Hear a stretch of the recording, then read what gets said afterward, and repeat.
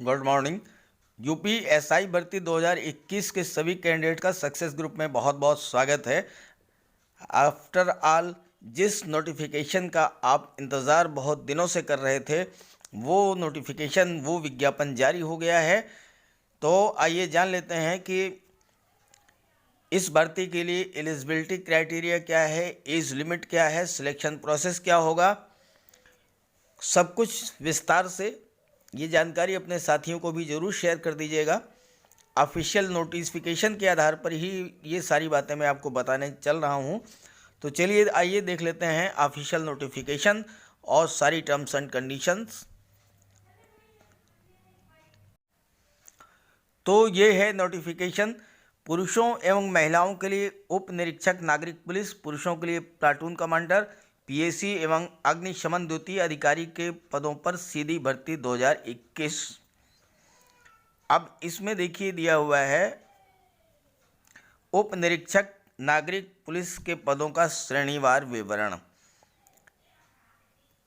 कितनी वैकेंसीज हैं आप ये समझ लें। अनरिजर्व 3613, ईडब्ल्यूएस 902, ओबीसी 2437, एससी 1895 और एसटी 180 पद। कुल 9027 पद जो हैं ये हैं उप निरीक्षक नागरिक पुलिस, एसआई सिविल पुलिस के। और इसके बाद 484 पद जो हैं वो प्लाटून कमांडर के हैं और 23 पद जो हैं वो अग्निशमन अधिकारी के। पे स्केल दिया है 9300, 34,800, ग्रेड पे 4200। तो एसआई सिविल पुलिस में 9027 पद हैं। अब इसके बाद आगे जान लीजिए प्लाटून कमांडर में। तो प्लाटून कमांडर के 484 पद हैं। अनरिजर्व 194, ईडब्ल्यूएस 48, ओबीसी 131, एससी 101 और एसटी के 10, 484 पद हैं ये प्लाटून कमांडर के। और इसके बाद अग्निशमन अधिकारी के जो हैं 23 पद हैं।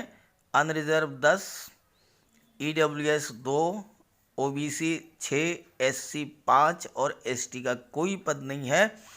टोटल 23 पद हैं अग्निशमन द्वितीय अधिकारी के। अब आइए जान लेते हैं आवेदन कब से शुरू होगा। तो आवेदन प्रारंभ होने की तिथि है 1 अप्रैल 2021 और अंतिम तिथि है 30 अप्रैल 2021। 1 अप्रैल से आवेदन शुरू हो जाएगा और 30 अप्रैल तक इसमें आवेदन कर सकते हैं। सभी अभ्यर्थी हेतु आवेदन शुल्क 400 रुपये है। इसमें शुल्क में कोई छूट नहीं है, सबके लिए 400 रुपया शुल्क निर्धारित किया गया है। इसके बाद राष्ट्रीयता आ गई, भारत का नागरिक या तिब्बती शरणार्थी। इसके बाद आप आइए जो है शैक्षिक अर्हता, एजुकेशनल क्वालिफिकेशंस, ये सबसे महत्वपूर्ण है। तो SI civil police, platoon commander, PAC के लिए किसी भी यूनिवर्सिटी से ग्रेजुएशन डिग्री और अग्निशमन द्वितीय के लिए जो है विज्ञान में स्नातक होना चाहिए, साइंस ग्रेजुएट होना चाहिए, जबकि एसआई सिविल पुलिस के लिए केवल ग्रेजुएट होना चाहिए। अब एक महत्वपूर्ण चीज़ है अधिमानी अर्हता, यानी वेटेज आपको किस बात का मिलेगा। देखिए इसका कोई मार्क्स नहीं दिया जाएगा, लेकिन अगर 2 या अधिक जो प्रतियोगी हैं उनके अंक बराबर हैं तो उसकी दशा में अधिमानी अर्हता के अभ्यर्थियों को वरीयता प्रदान की जाएगी। उसके लिए क्या हो कंडीशंस हैं कि वो आपके पास डोएक नाइलिट सोसाइटी में अगर आपके पास ओ लेवल का सर्टिफिकेट है या एनसीसी में 2 वर्ष का बी प्रमाण पत्र है या प्रादेशिक सेना में 2 वर्ष की अवधि तक सेवा की है तो उसमें आपको वेटेज मिलेगा, वरीयता मिलेगी। अब बात करें एज लिमिट की, तो एज लिमिट है 21 वर्ष और 28 वर्ष। मिनिमम 21 वर्ष और मैक्सिमम 28 वर्ष, 21 से 28 वर्ष के एज आपकी होनी चाहिए 1/7/2021 को। इसका मतलब कि आपका जन्म 1 जुलाई 93 से पहले और 1 जुलाई 2000 के बाद ना हुआ हो। ये है एज लिमिट 21 से 28। ये बहुत ही महत्वपूर्ण है, इसको आप ध्यान कर दें, 21 से 28।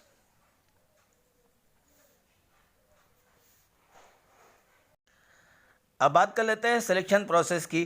तो सबसे पहले इसमें आपकी ऑनलाइन एग्ज़ाम होगा और ऑनलाइन एग्ज़ाम जो है वो 400 अंकों का होगा। सामान्य हिंदी 100 मार्क्स, मूल विधि, संविधान, सामान्य ज्ञान ये 100 मार्क्स, संख्यात्मक और मानसिक योग्यता यानी कि मैथ्स 100 मार्क्स और रीजनिंग 100 मार्क्स। तो ये 4 पेपर होंगे। ये एज इट इज़ जैसे पहले होते थे, सामान्य हिंदी के 100 अंक, मूल विधि, संविधान और सामान्य ज्ञान ये जो है 100 मार्क्स। अब जीएस के साथ ही मूल विधि और संविधान को भी इसमें ऐड कर दिया गया है। तो पहले स्टेप में आपके जो है 400 अंकों का रिटन एग्ज़ाम होगा। ये जो परीक्षा है ये 2 घंटे की होगी यानी 120 मिनट की होगी और इसके बाद ये अलग अलग डेट्स में अलग अलग पालियों में इसको आयोजित कराया जाएगा। और इसमें जो ऑनलाइन परीक्षा है इसमें कंडीशन है, ध्यान दीजिए, प्रत्येक विषय में 35%, क्वालिफाइंग मार्क्स जो है 35% सेक्शन वाइज और टोटल 50%। ये बहुत महत्वपूर्ण चीज़ है, इसको आप समझ लीजिए। प्रत्येक विषय में 35% और ओवरऑल 50% ये मिनिमम क्वालिफाई करने के लिए है, मिनिमम मार्क्स है। अगर इससे कम है तो आपको क्वालिफाई ही नहीं, आप डिस्क्वालीफाई कर दिए जाएंगे। ये रिटन एग्ज़ाम का है। और साथ ही साथ जो है ये इसको नॉर्मलाइजेशन भी कराया जाएगा और नॉर्मलाइज मार्क्स के आधार पर जो है मेरिट लिस्ट बनेगी। इसका पाठ्यक्रम भी अलग से दिया गया है। अब इसके बाद जो है आप ये समझ लीजिए कि शारीरिक मानक क्या है, फिजिकल स्टैंडर्ड्स क्या हैं।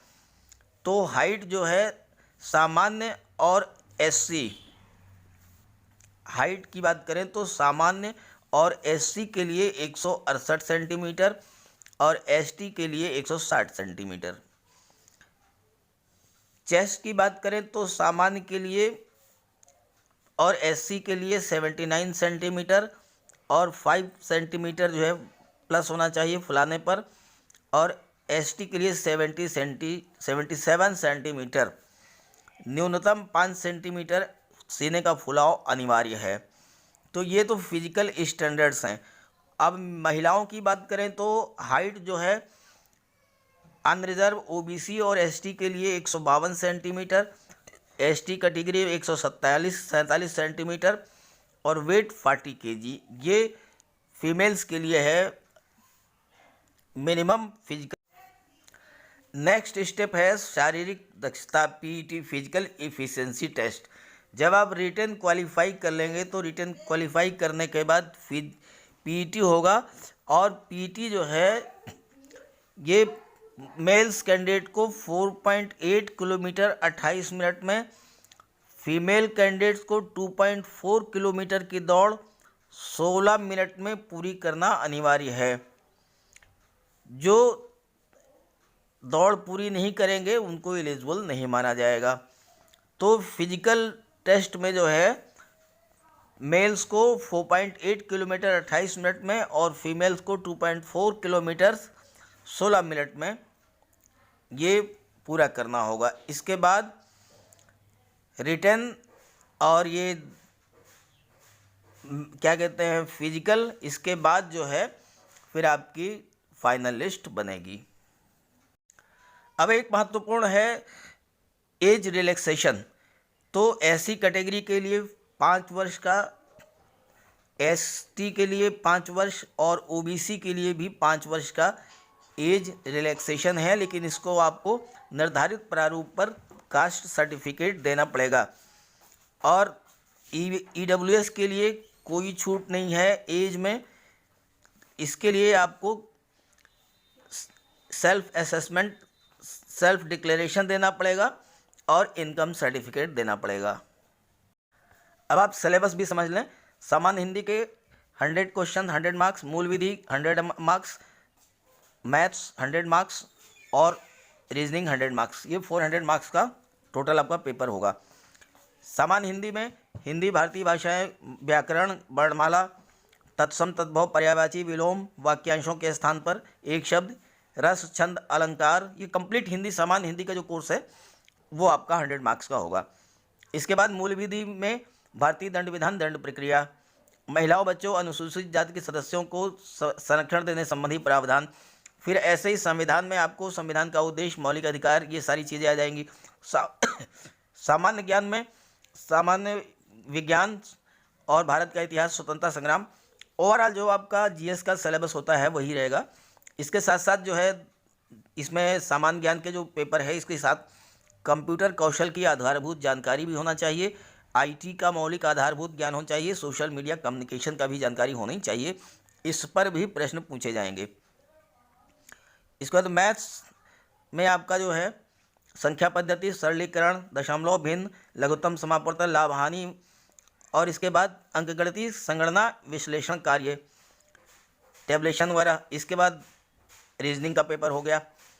तो ये चारों पेपर होंगे जो इसका कंप्लीट सिलेबस आपको जो है दिया हुआ है नोटिफिकेशन में ही, परिशिष्ट 1 में, यहाँ से आप देख लीजिएगा। तो ये थी कंप्लीट जानकारी। कोई और कमेंट्स जानकारी आपको करनी हो तो कमेंट करके पूछ लीजिएगा। वीडियो को अपने साथियों को भी शेयर कर दीजिएगा। Okay, thank you.